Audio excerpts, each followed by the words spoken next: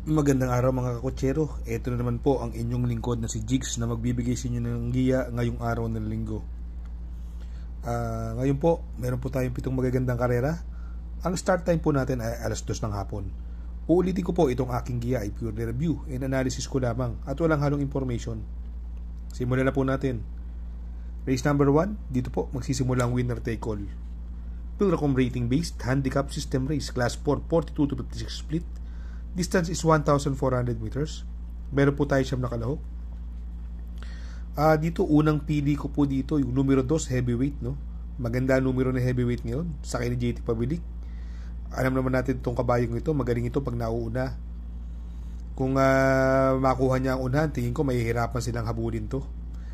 At napakalaki ng panalo po na itong heavyweight, no? Ang tingin ko magbibigay ng pressure sa kanya yung Tugatog, no? Nasakay ni JR Sargent de Ocampo. Kung mabibigyan siya ng pressure dito, pwedeng makasunod agad yung numero 1 na si Dreams of the World, no?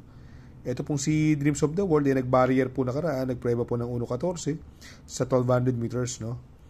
At alam naman natin malalakas din ang nilalabanan nito ni Dreams of the World, no? Sakay ni Pabs Cabalejo.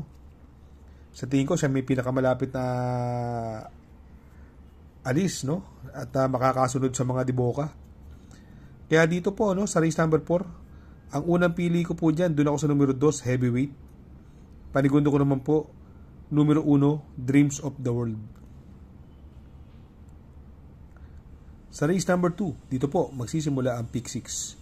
Pilracom rating based handicap system race, class 4, 42 to 56 split. Distance is another 1,400 meters. Meron po tayo 6 na kalahok. Dito po maraming mabilis, no? Andiyan si Manipur Gabriel, Gentleman Bell, Dakota Elegance, mabibilis po yan. Batang Kanlaon, pwedeng iuna, pwedeng isunod. Pero dito, ang napupusuan ko po dyan, yung Batang Kanlaon, nasa Kinidan Camanyero, no? Ito si Batang Kanlaon, marunong pong iuna yan, pwede rin isunod. Kung maglulutsahan yung tatlo, pwedeng mapabor po sa kanya, no? Ang tingin ko magbibigay ng magandang laban din, yung Dakota Elegance rin dahil binigay na po kay Jeffrey Zarate. At yung pwedeng rumimati po, yung Wild is the Wind, no? Maganda numero, nasa labas. Gamay po yan ni Bumbong Villegas at ang kupan distansya. Sa tingin ko po may panalo po yan. Pero syempre, dalawa lang po ang pipiliin ko. Kaya sa race number 2, ang unang pili ko po, doon ako sa numero 4, Batang Kanlaon. Panigundo ko naman po, numero 5, Wild is the Wind. Sa race number 3, dito po magsisimula ang pick 5. Pilracom rating based handicap system race, class 5, 17 to 41 split. Another 1,400 meter distance. Anybody's race po itong karerang ito. Pero ako ang unang pili ko po rito, yung nasigundo na karaan, numero 2, Hot Legs, nasakay ni Christian Garganta. Sobrang gamay niya po ito. Bagamat ang magdadala ng unahan, andyan si Aliana, no? Yan po ang magdadala ng unahan dito sa karerang ito. At si Professor Jones ang pwedeng humabol sa kanya, no? Sa tingin ko, pwedeng makabuo ng ere at binalik po kay MED Ocampo kahit na medyo bawas tayo sa inete, pero sobrang gamay naman po niya si Aliana, no? Sa tingin ko may panalo po yan. Itong electrify ng karera, munting din manalo, no? Galing sa segundo rin na karera, di lumagpas, no? Sakay ni JG Serrano. Ito naman si Middle Strength, gamay mo naman po ni Jan Alvin Gucia, no? Kaya ito para sa akin, itong karerang ito, anybody's race, no? Pero para sa akin po, 3 lang ang pipiliin ko po dyan, no? Ako, ang unang pili ko po dyan, numero 2, Hot Legs, coupled with Professor Jones. Panigundo ko naman po dyan, yung numero 4, Aliana, no? Baka makasolo ere. At isasama ko pong pandiado, yung numero 8, Middle Strength. Sa race number 4, dito po magsisimula ang pick 4. Pilracom rating based handicap system race, class 3, 57 to 70. Distance is 1,400 meters. Meron po tayong 6 na kalahok. Dito, ang dami nag-uumento rito. Romantic story, no? Ito, romantic story. Tinalo niya nakaraan si Salacious, no? Si Salacious, tinalo po ni romantic story yan. Ang galing ng pagkapanalo niya, sinundan lang, no? Pero nung araw ng linggo, itong si romantic story po, nasigundo kay Sherbet Fountain. Masyado magaling lang po yung Sherbet Fountain. Malaking karera. Segundo po si romantic story. At gamay na gamay po ni Onyok Garcia yan.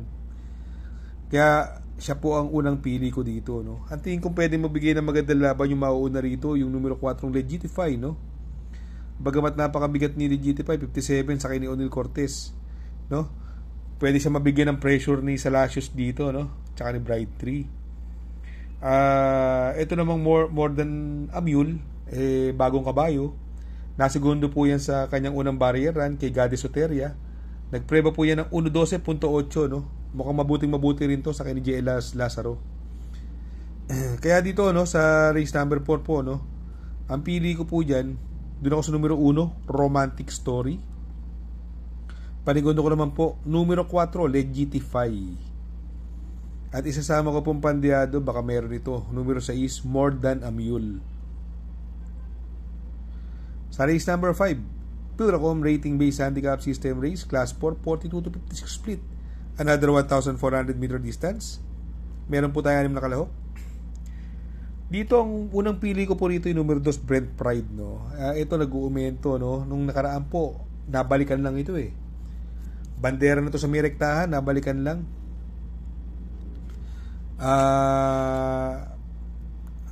Tingin ko dapat siya nanalo dun eh. Sumiksik lang to eh. Pagpalo ni Idol JR Sargent de Ocampo ng kanan, medyo sumiksik. Kaya medyo na antala yung pagrimate niya, yung bumabalik siya. Tingin ko magbibigay ng magandang laban po yung tingin ko mauuna rito numero 5 Gamer Winner, no, from from Christian Advincula. Binigay na po sa mas superior rider kay Mark Alvarez, no. Sa tingin ko siya magdadala ng unahan dito, no. Malaki po panalo niyan. Kaya para sa akin po itong race number 5 2 horse race lang po. It's between Brent Pride and Gamer Winner. Pero ako, ang unang pili ko po rito, doon ako sa numero 2, Brent Pride. Panigundo ko naman po, numero 5, Gamer Winner. Sa race number 6, ang penultimate race, Pilracom Rating Based Handicap System Race, Class 5, 17-41 split.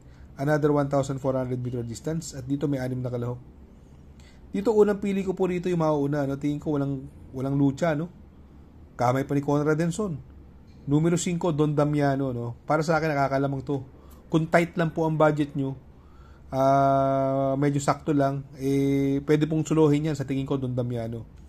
Ang tingin kong magandang protection, kung meron ka naman, dahil malapit na magparatingan, yung numero 3, Top of the Mark, no? Sa kanya AB Serious, no?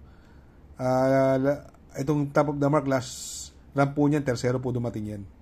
Kaya sa race number 6, ang pili ko po, doon ako sa numero 5, Don Damiano. Panigundo ko naman po, numero 3, Top of the Mark. Sa race number 7, sa last and final race, Pilracom Rating Based Handicap System Race, Class 5, 17-41 split. Another 1,400 meters. At dito po, parating nga, no, anybody's race. Ang tingin ko may mga panalo po rito sa sarili kong opinion, yung Nards 23, Nalibunan, Axis Deviation, Beyond Compare, no? Yan po ang tingin ko may mga panalo dyan, no? Sa sarili kong opinion.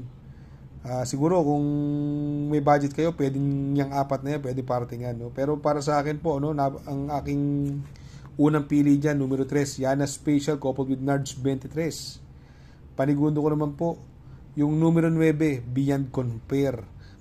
At isasama ko pong pandiado, numero 4, Nalibunan. Mega shoutout sa Dabar Cards OTV. Located po yan sa Kulyat. From Ma'am Edita Alejandria. Mega shoutout po, Dabar Cards OTV. Location, Kulyat. From Ma'am Edita Alejandria. Shoutout nga pala kay Sir Pax ng Barkadahan OTV. Located po siya sa 1139 New Antipolo Street, Corner Vargas. Malapit lang po sa Abad Santos, yung bagong ginawang tulay. Very convenient and attentive po ang mga tao. Pwede po kayong mag-EB at party while betting on racing.